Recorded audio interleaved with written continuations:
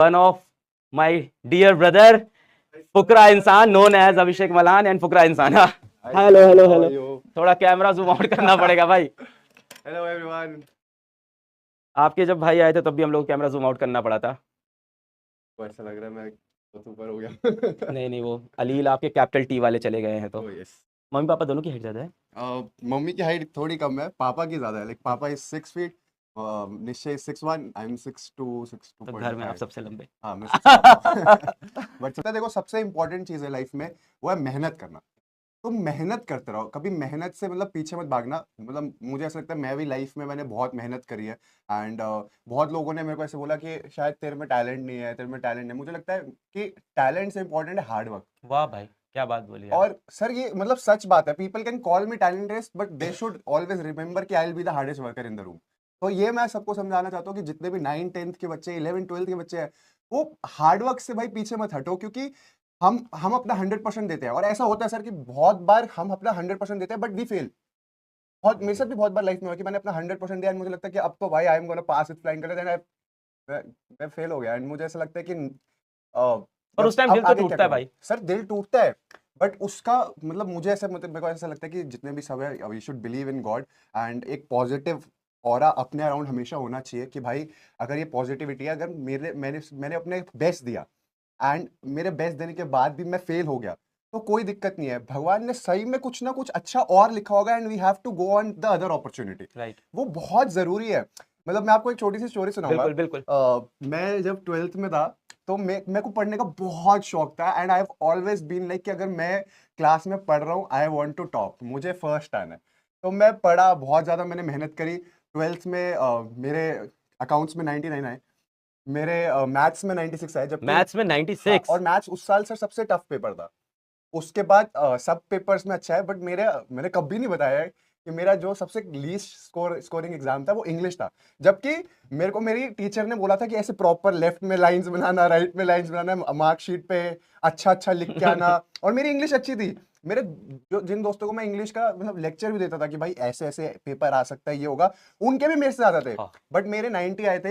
And वो मेरे को पता चल गया था. क्यों? क्योंकि मेरी हैंड राइटिंग बहुत बुरी थी. तो एक इंग्लिश में वो कहते हैं कि हैंड राइटिंग अच्छी होनी जरूरी है. बट वो ऐसी बातें वहां चल रही थी. बट मैंने कहा चलो ठीक है, मे बी मैंने कुछ गलत आंसर्स करे होंगे, जो भी है. तो बोर्ड हो गया. मेरी टोटल परसेंटेज बनी 95 12th में. एंड मेरा सपना एसआरसीसी जाना है भाई, इसको तो एसआरसीसी जाना है. और अब एसआरसीसी गया, क्योंकि एसआरसीसी में तो 97 98 ऐसी परसेंटेजेस चाहिए थे. अब मेरे आगे 95. अब मैं बहुत परेशान. मैंने मम्मी पापा को बोल रखा था, मम्मी पापा मैं एसआरसीसी जाऊंगा, एसआरसीसी जाऊंगा. 99 97 98 तो सर मिनिमम है. राइट. एंड मैं बहुत सर बहुत डिप्रेस हो गया था. मैं सच में बहुत, मेरा दिल टूट गया था. मैंने कहा भाई शायद मेरा पढ़ाई लिखाई में कुछ है ही नहीं, मैं छोड़ दूं. मेरे को इतना बुरा लग रहा था. बट फिर मैंने देखा मेरी कट ऑफ में कहाँ लगा. फिर मैं डीसीएस गया, Delhi college of arts and commerce. वहाँ 95% थी तो कट ऑफ थी. बट वहां पर भी अब एक प्रॉब्लम हो गई. उनकी कैपेसिटी थी लाइक 25 के दो लाइक बैचेस को पढ़ाने की.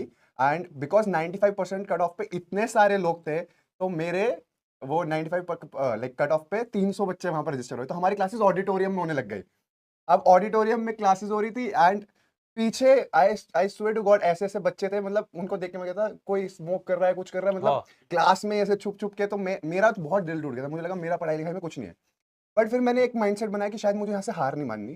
एंड अगर मैं यहाँ पर नहीं मेरा कुछ बन रहा है तो I should try something else. क्योंकि सर सबके लिए पढ़ाई नहीं लिखी होती. बहुत अच्छी बात. बिल्कुल बताइए बात, बिल्कुल बताइए. ये मुझे ऐसा लगता है कि सबके लिए ऐसा नहीं होता कि अगर मैं मतलब पढ़ाई ही सब कुछ है. नहीं, मतलब पढ़ाई बहुत इंपॉर्टेंट है. And I always say that कि इफ अगर आप पढ़ाई लिखाई कर रहे हो तो 10 लोगों में आप अलग से दिख जाओगे कि भाई ये पढ़ा लिखा आदमी. पर देखो ये सारी चीजें ये बोल रहे हैं 95% 12th में लाने के बाद. बट सर उस वक्त एक ड्रीम था ना मेरा, राइट, कि मेरे को एसआरसीसी जाना है. राइट. बट फिर उसके बाद मैंने हार नहीं मानी. एंड आई डिसाइडेड कि भाई मैं यहाँ से बिजनेस स्टार्ट करूंगा. एंड मैंने अपने कॉलेज में ही बिजनेस चालू कर दिया. कॉलेज में ही? कॉलेज में. वाह भाई. एंड देन मैंने एफएमसीजी प्रोडक्ट्स का बिजनेस करा.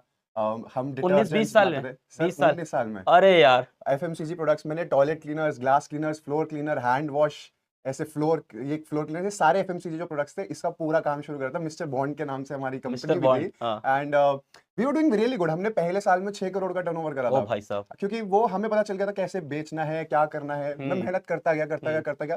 फिर कोविड का टाइम आया, बिजनेस थोड़ा कम होने लगा. चीजें कोविड के टाइम कैसी थी, तो तब मुझे लगा कि शायद मेरे लिए भगवान ने इससे भी अच्छा कुछ लिखा हुआ है। तो मैंने उस थोड़ा टाइम भी सा दुख हुआ था, अचानक से कोविड आया सर सब कुछ। कोविड आने पे मेरे हिसाब से तो सारे बिजनेसमैन थोड़े राइट, परेशान ही थे, सबका राइट, लाइफ ठीक हुआ था, राइट, बट प्रॉब्लम क्या था मेरे को ना, ये था कि हार्ड वर्क करो। वो मैं यहाँ सबको बोल रहा हूँ कि भाई देखो, मैं मेरे को मेरी लाइफ स्टोरी लगती है कि हार्ड वर्क पे बेस्ड है, मुझे ऐसा लगता है कि आप हार्ड वर्क करते रहो। मैंने फिर वहां से वो क्विट करा, मतलब बिजनेस मेरा ऑब्वियसली चल रहा था, मैंने ऐसा नहीं करा कि एकदम से मैंने शिफ्ट कर लिया, मैंने बिजनेस करता रहा and then I started YouTube. मैंने कंटेंट क्रिएशन भी चालू कर दिया, यूट्यूब वीडियोस बनाने लगा एंड बाय गॉड्स ग्रेस सब अच्छा होने लगा। And then I did reality shows, wow, सब अच्छा हुआ। अब बट अभी भी मुझे ऐसा लगता है कि I I have to do something more bigger, और अच्छे मेरे को अपने लाइफ गोल्स रखने हैं।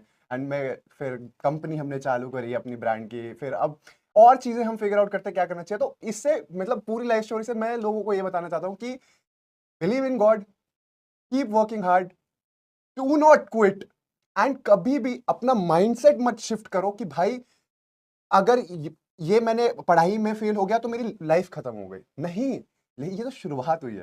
राइट, अगर आप पढ़ाई कर रहे हो, पढ़ाई में आप, अब मैं तो चाहता हूँ देखो सब मेहनत करो, अपना बेस्ट दो, तुम्हारे बहुत अच्छे मार्क्स हैं, सबको वो मिले, जितने लोग देख रहे हैं सबको वो मिले जो वो चाहते हैं लाइफ में। बट अगर नहीं मिलता तो, वो राइट, डिप्रेस नहीं होना। राइट। भगवान ने सब कुछ आपके लिए अच्छा लिखा हुआ है, आपको जो पसंद है उस मार्ग पे बस मेहनत करते रहो एंड जस्ट डोंट क्विट।